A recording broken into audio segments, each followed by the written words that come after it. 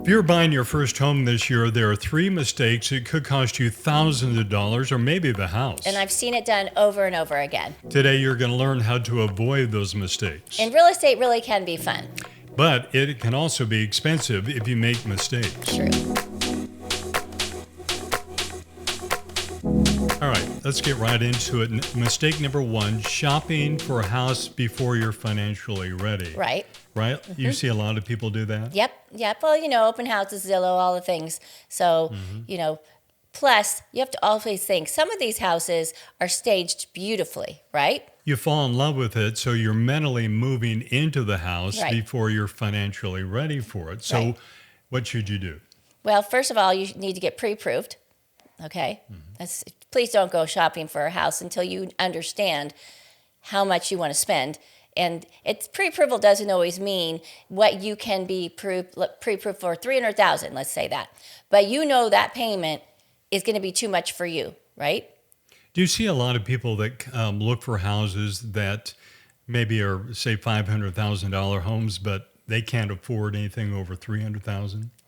All the time. So it's basically a waste of time for you, for them, for everyone. For everyone. So pre-approval before they come to you? Well, I know people always look before they get pre-approved, but when you get really serious, you need some hard numbers because you're going to waste your own time, not just your realtor's time, but you're going to waste your own time.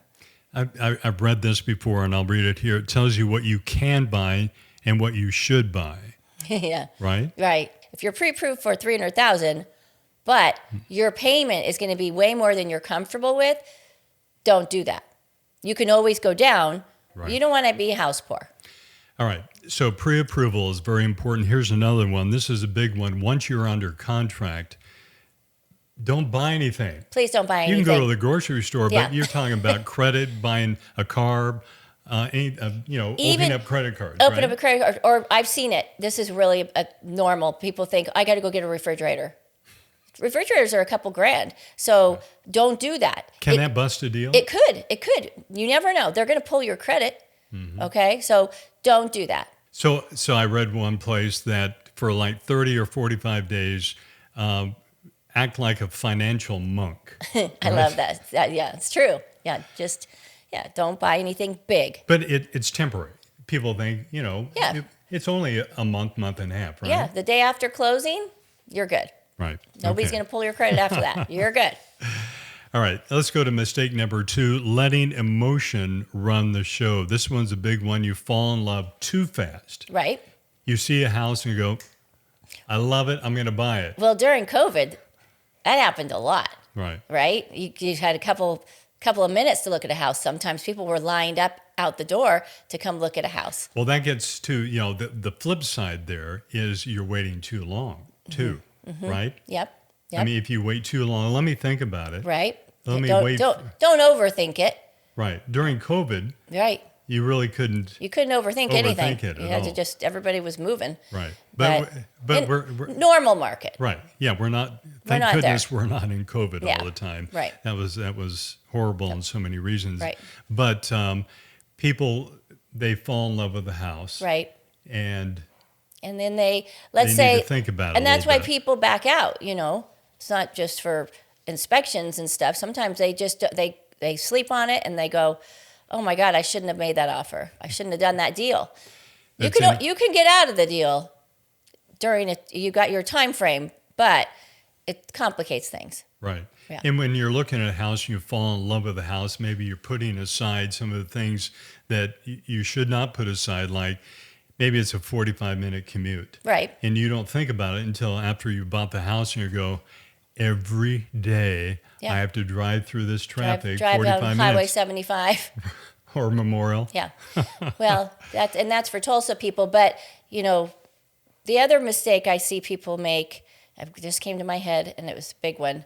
Oh, I see this a lot. We'll be in a house, and it's a great house, but the person will try to make it work. I'll just bust out this wall, or I'll do this, or, a lot of times I say, if you are going to have to make huge changes, go look for another house. Go find a house so you don't have to make all the changes, because that gets us to our third point, the third mistake. home buyers make, first-time home buyers. And we're not just saying first-time home buyers. These Right. are, Normal. I mean, we've bought 7 or 8 homes. Yeah. And, you know, you can still make these mistakes here. Sure. And you don't want to be house poor, Right. right? I tell people that all the time. Right. Mostly young people and first-time home buyers. Because But you put all of your eggs in one basket, all your money, Right. everything Yeah. into the house, and things happen. and that's it. Yeah. Right. Yeah. You get a bill, an unexpected, something breaks, right? Hot water tanks used to be $500. They're not $500 anymore. You know, and it usually happens right after it closes, Well, right? it did for us once. Do Right. you remember that? Yeah. Was that the AC? Uh-huh.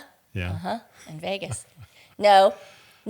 It was right before we closed. We were selling it, and we Okay. had to buy a new AC for the buyer. Right. Yeah. Yeah. And that really sucked. So you don't want to be house poor because things break. Yeah. Yeah. Just So- things come up. Right. And also you got to think about taxes, insurance, Right. the unforeseen things. 100%. Right. 100%. Yeah. And that goes back to the pre-approval. If you're pre-approved for a lot of money, but you're not comfortable with the house payment because that will make you house poor, don't do it. Mm-hmm. Yeah. So mistake number 1, shopping before you're financially ready. Number 2, letting emotion run the show. And number 3, don't become house poor. Right. Right. Which one have I made a huge mistake on? I would say it was this house. Uh-huh.